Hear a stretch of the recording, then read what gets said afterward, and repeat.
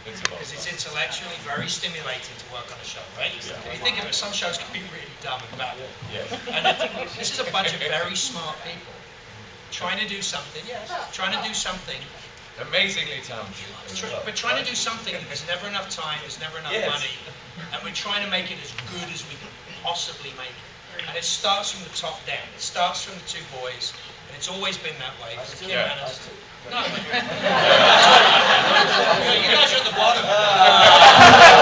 Finish is with that. I love that these two men are in their mid-30s and everybody still calls them the boys. I love that. Well, He's only just 30. He turned 30. No, he's just 30. He's just 30. Jared. Jared's a baby. Do you know that he was a mathlete in school? Isn't that amazing? They're seriously super smart. They're super smart. It's very true. This is a unique group of men that somehow gel together so exceptionally well. That's why the girls have to be special. That's a lot of the reason why the girls have to be so special. Because it's a lot of boys messing around. Like being really rude, really silly, really big. During the scene, while we're shooting, and keeping a straight face, while someone's fondling your balls. No. You've got to be really good. My favorite is actually in the scene where we're singing Salvage at the end of season 8 when they handcuffs me. Right? I haven't gotten there yet. Punches me in the face. That sounds like my kind of sex. Pretty normal. Do you know what Jared? Yes.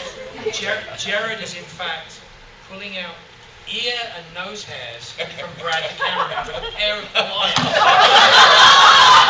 While the guy's shooting, trying to swap metal pliers. While he's giving me off-camera dialogue, and I'm supposed to keep a straight face doing the serious stuff. That shit is true. Thank you. Absolutely true. That's not made up. And there's Jared. Jared's farting. Come on. Oh, he's farting. It's not usually a roll sound. And you're like, the gag reels that you see of ours are daily. There is nothing. I mean, how many hours of gag footage? There's a season of it. We had one which they wouldn't put out. do a season. They did one that they wouldn't put out, which is how many times we said dick in season 1. There's one joke that they set me up with, which is to go for Dick Roman. You can call me Dick, and I'm like, Dick. And everybody laughs, right? This goes on for 14 episodes. There is 600 mentions of the word dick. And it was they made a gag reel of just dick. Never released it. Never released it. Very fun. Thank you. Good luck with it. hello, darling. Hello, Hi. What's your name, sweetheart? Amanda. Amanda. Hi, man. Almost Wait, what? Are you the girl who did the spit? No. Her name was Amanda, right? Yeah, no. Okay, come do the not splits. quite No, that no. talented. I'm joking. Talented in other ways, not that way. Really? Tell us all about it. I have some questions for you. I'd like to ask. He's in room 41. You can see him later. My question is actually for each and every one of Oh, you. God, no. Yes. Yeah. I think it would be a. This will be the last question we're taking. It's a quick question. What is one thing that each of you can say that a positive thing that you've taken out of working on Supernatural, either Money. in your personal. Okay, well, there's your answer, Mark. But either personally or career related. But one thing that's positive that you got from Supernatural. For us, it was when the Ghostfacer showed up on the second episode. He's translating mentally. For the Ghostfacer, for us, we showed up and we kind of like hijacked their episode. They worked one day on the actual the big, and they were so generous and so. Hey, cool. There was no egos. There was no. At first we were kind of uncomfortable. It all of a sudden turned into the Ghostfacer show, but they were so nice and so funny and so. Speaking of a story that our first day on set, we were shooting a really serious scene. Jared and Jensen were behind us, and Jared puts a mag light between my leg while I'm doing my close-up, and he whispers to me, he's like, "You like that?"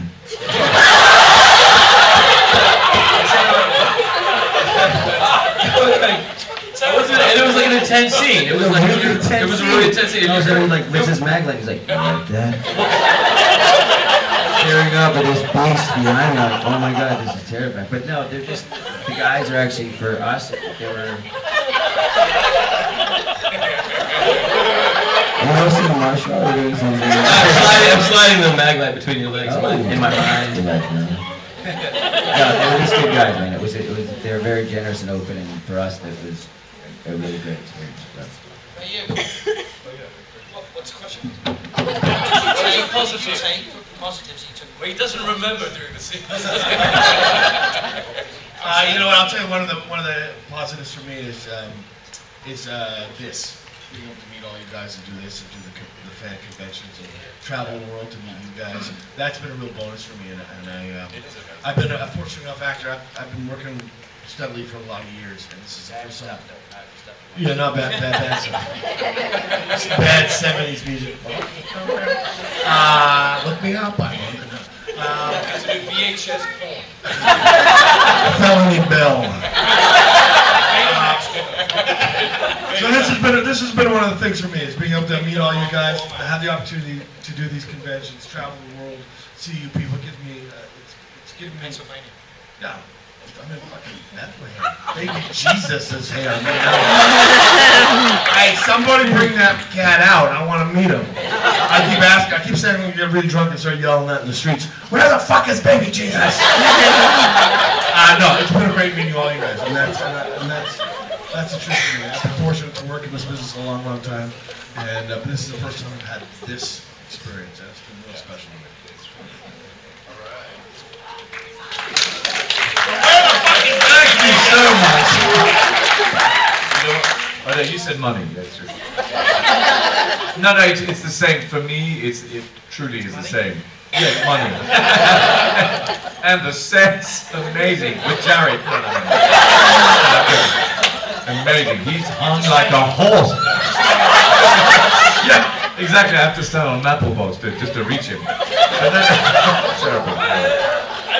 I don't want to think about that. Yeah, his hands, and you know what they say about hands. I got a huge one. But besides that, no. For me, it's the same. It's really because you know I've been working forever too, and you know, yeah, it feels like that. I love that you just giggled over there. I caught that. Well, the hand thing. Yeah. Yeah. High five. She was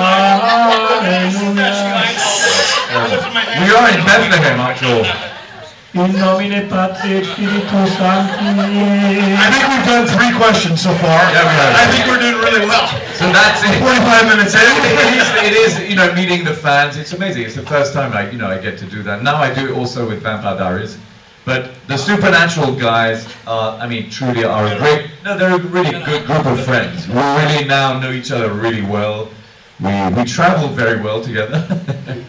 You know, we don't spoil when we travel. We stay very fresh. No, but I mean, and it's, you know, That's some kind of European humor that I'm actually good. but you know what, it made me I laugh. consider myself a really intelligent guy, and I just go like this. But you know what? It made me laugh, and I really got a tingle up my rectum. You know what? I don't know if anybody's taking note of their time, but this is the longest I've ever sat down in a convention. That's usually we're pacing. Ignore that. No, Ty is a pacer like me. We love to pace. What's your question? Let's go to the bar. I was just curious, in the last episode that you brought up, which was one of the best episodes, even though Ben Edlund didn't write it, I mean, True. quite frankly, think he writes the best episodes. Absolutely. Did you ad-lib that scene of singing changes, and were you trying to take my heart, Buster? Please. Was that written in your script? Did you It was ad-lib absolutely written, and the first conversation I had with Jeremy was like, do not make me do changes unless... You mean Bowie's changes? Yes, you really should watch the fucking... Hey, Sebastian, do you know what show we're representing right now? Just curious. He hasn't seen it since he went off the air. But So also, true, you Black. probably need I want to tell you how much I love these Crowley people. needs a minion. I think it's time for Crowley to get a good minion. I don't know, his girl Friday, perhaps? A girl I had behind the Meg. scenes? Yeah, but no, you She was my didn't. tutor. Come on now. Or you need someone who's going to get things How's done. that taste? Well, look, all I can tell you is this, is that as we move into 9, pretty much everything has been flipped on its head, which makes life so interesting. I mean, Castiel is in the situation that Castiel's in, Heaven is in the situation that Heaven's in. If you haven't watched it, you've got to sort of work out what I'm saying. I'm trying to be reasonable with what I'm not trying to give up too much, but I'm saying, and it's catastrophic. Everything has happened to a catastrophic level. So what is the most favourite things for Crowley to do is to serve Crowley. Now Crowley is where Crowley is, as you now know where Crowley is in the Men of Letters. In Bethlehem. No, he's not. That's Mark. Crowley is the person I play on the show. Really? So, oh God, I'd love to have you. There's an awful lot of similarities, I just gotta say. But what is it the benevolence of him that we like so much, or is it the possibility of humanity that we like so much? No, it's the fact that he gets under the boys' skin. Absolutely. No offense, but No, I you're need right. a foil. They get everything right. Everything goes fine for them in the end. Unless they're dealing with me, in which Yeah, case exactly. they get whatever it is I give them. I'd like to believe that maybe he did take out the ghost facers. Just because they didn't focus on it doesn't mean that Crowley didn't have that working behind the scenes. I'd love to see Crowley use the ghost face for some reason. Don't you think? Would you love to see Crowley like use the ghost face? But that's the point. That's the manipulation of Crowley. Is that, I'll give Bobby his legs back, but I'll get whatever it is I want. Oh, for God's sake! Sebastian's going, that sounds like a really good fucking show. Maybe I should watch this shit. Does anybody have a DVD to watch it? Did I make you cry at the end of season 8? Oh, yeah, you did. See? You got me. You should watch the show.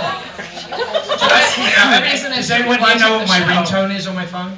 Yeah, I like big butts. Big butts and a cat. That's my ringtone, it's Crowley. No, that's just my taste. But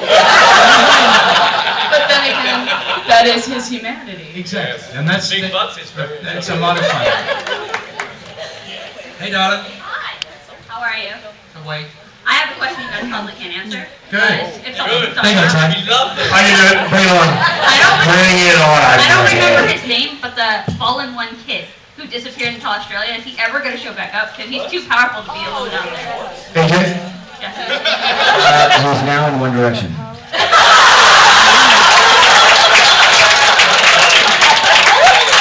His nickname is Hairy Ass. Right? Hey, you know what I want to tell you is there's a lot of people crying out right now for Benny thing, and I think Benny would be great to meet you. Don't you think that might be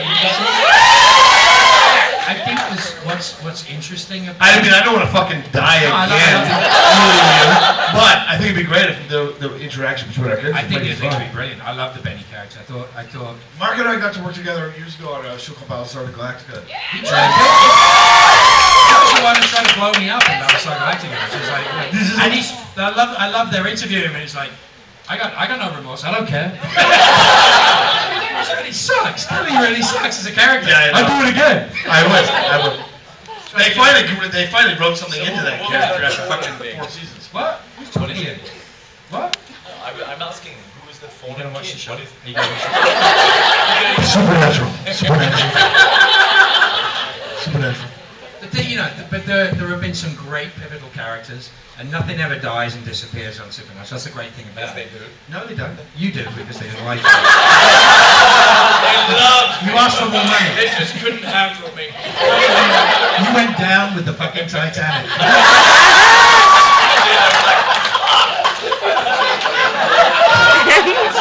How many people can say that? Do you know what?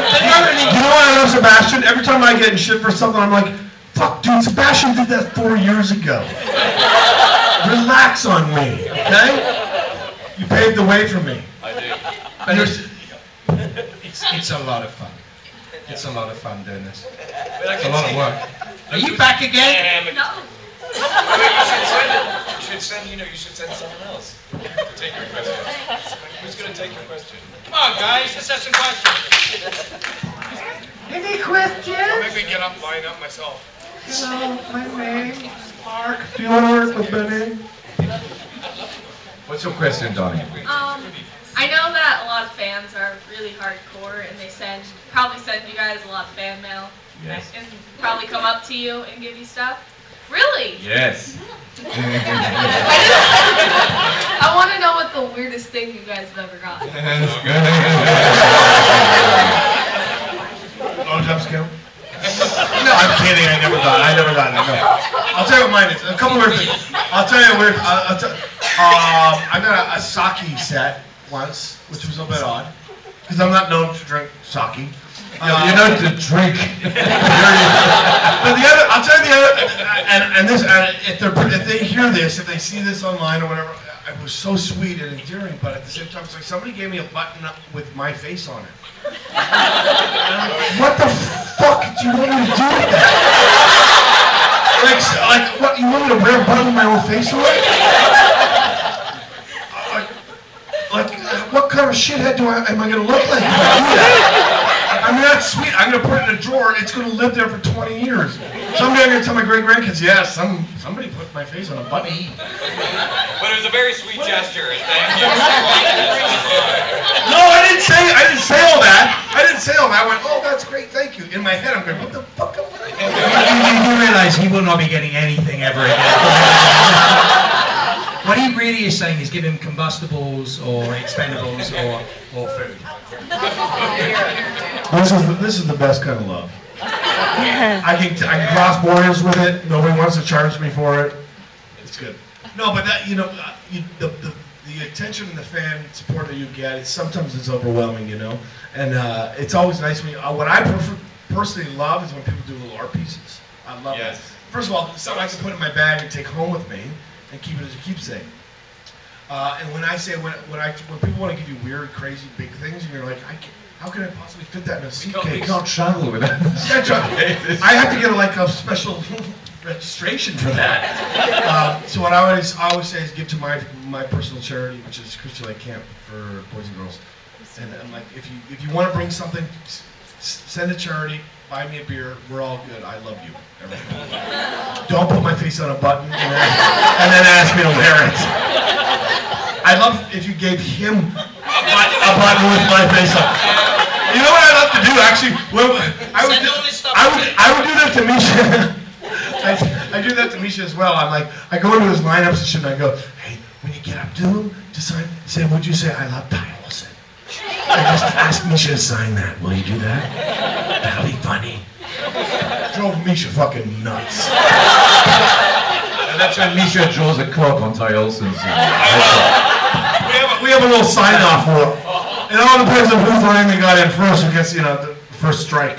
It's like, I hate Ty Olson. And it's funny, it's because Julie Keelan Brown represents both Mark and I think she's got a sick sense of humor. She puts us beside each other. Because I drive him nuts, and I know it, and I'm like, hey Mark, is the music okay? He's a good soul, though. He plays the grumpy actor well, but he loves me. You're done, sit down. Hi, Hello, darling. What's your name? Elizabeth. Hello, Elizabeth. Hi.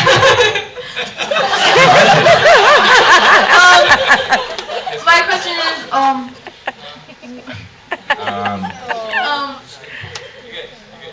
what is your favorite, And blush. Misha's on your chest.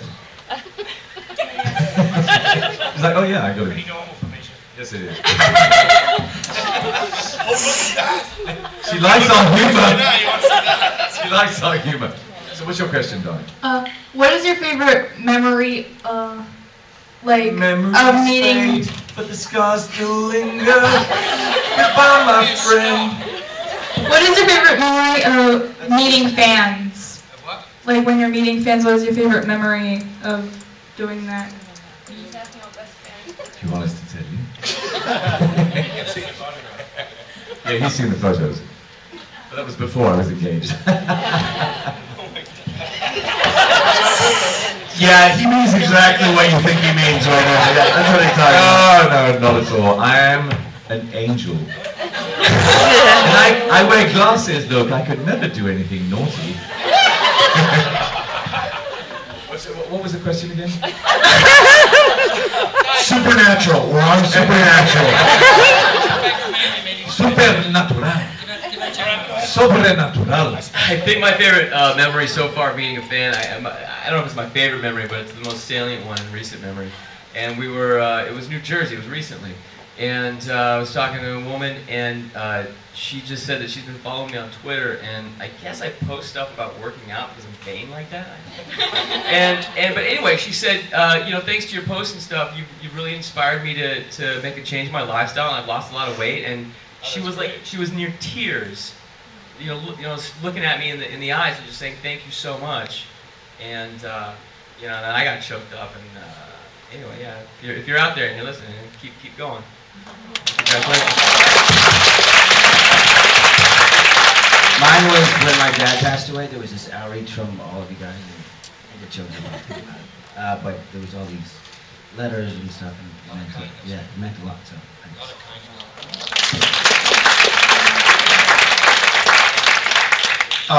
You know, I think one of the privileges of being in the position we are is that we all have a couple of stories like that.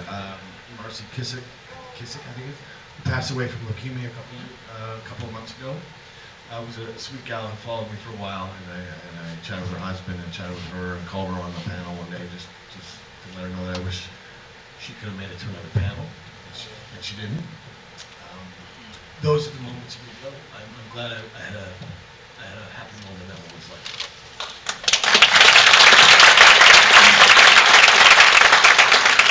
The best thing that I can say about it, I mean, there's so much from dealing with gay and lesbian issues to do with characters I play, kids having issues coming out, all sorts of just amazing people being so kind about. You think it's funny? No. Okay. But This isn't the jokey part. no, this is the serious part. Good luck with that one.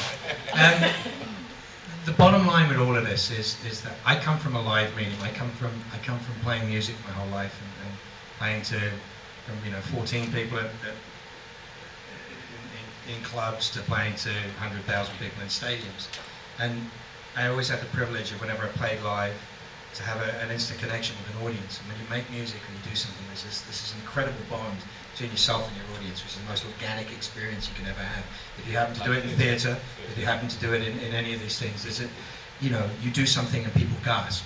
You do something and people breathe. People don't breathe. People freak out. You can feel it's a tangible, real thing that people are moved or affected or whatever. They're with you every step of the way. And that's when we feel like we're flying as performers. That's the greatest moments.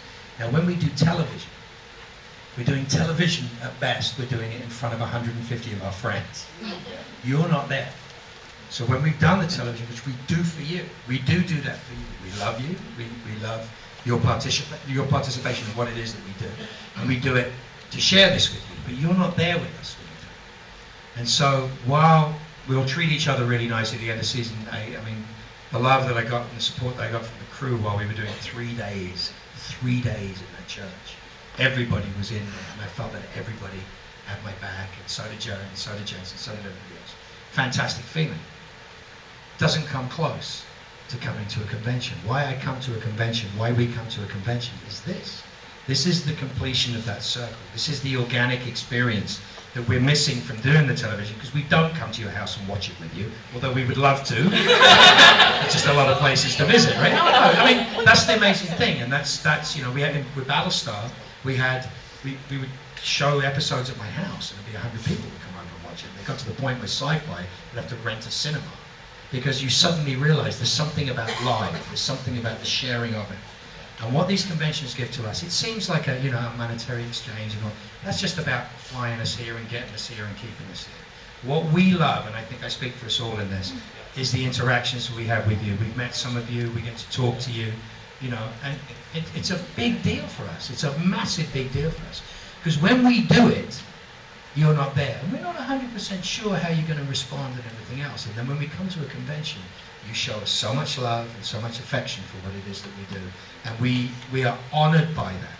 And that is the reason why we come. And that's the greatest experience I have in this show. In the theater, you get that live experience at the moment when you make a joke and the audience gets it, they laugh. We get it in the and you convention. get it. Yeah. And when you do a good performance, they cheer or they clap. And we don't get it. Right. The set is silent. The day when you do something on set and you hear somebody snickering, it's like that's the ultimate victory. It's like you fucking broke the rule. You laughed and you're not supposed to. Now you fucked up the track, but I won. But when we meet you guys, this is our delayed gratification more. Where we're going. I'm a in the background too. Where so when people don't understand that they always are like I'm a little bit wacky on stage and in the panel and shit. I'm like, you have no idea. This is my blood. This is where I come from. So when I get out here, because I've been doing film television for so many years, when I come out here and I have you guys as a live audience, I'm all into like, let's fucking get a reaction now. It's like I'm ready to shoot up. I'm like, let's do this. I got my drug out there. I'm ready to hook it up. Let's bang this now. No, because you guys react, and we work in a silent media. The Q&A is always the best part of the show. That's what we do. We work in a silent media where you everyone never get said, the it's response the that best you part of the expected. show. Was that good? Was it good? Was it funny? Was But it? it's a privilege for us. It really is. We are honoured to be Really here is. for you. We share that with you. We're fans too. Apart from Sebastian. When I look out here and It's all about me, it's when I fine. see an empty seat out here, I'm like, let's go find somebody who can sit in that fucking seat because I want to talk to them. Yeah. Like this is It's unique. an ama- it's an and this is amazing unique connection. about this show. I believe that this is a panel of people and a show of people that actually go, I love the people that watch my show, and I know why this show does so well. It's because you fuckers. You guys support us, and you actually do that. Okay, laughing boys, come on. It's funny now, follow that. I got 10 minutes left. Oh, is your question? My name's Darryl. Thank you, good. Going off what Mark said earlier, no one ever dies and disappears. Do you see the other four of you coming back in later seasons? Yes! Or a will of yourself coming back in later seasons? They wouldn't tell you if they were coming back. I mean, of course, all of us, especially, the thing is, Here who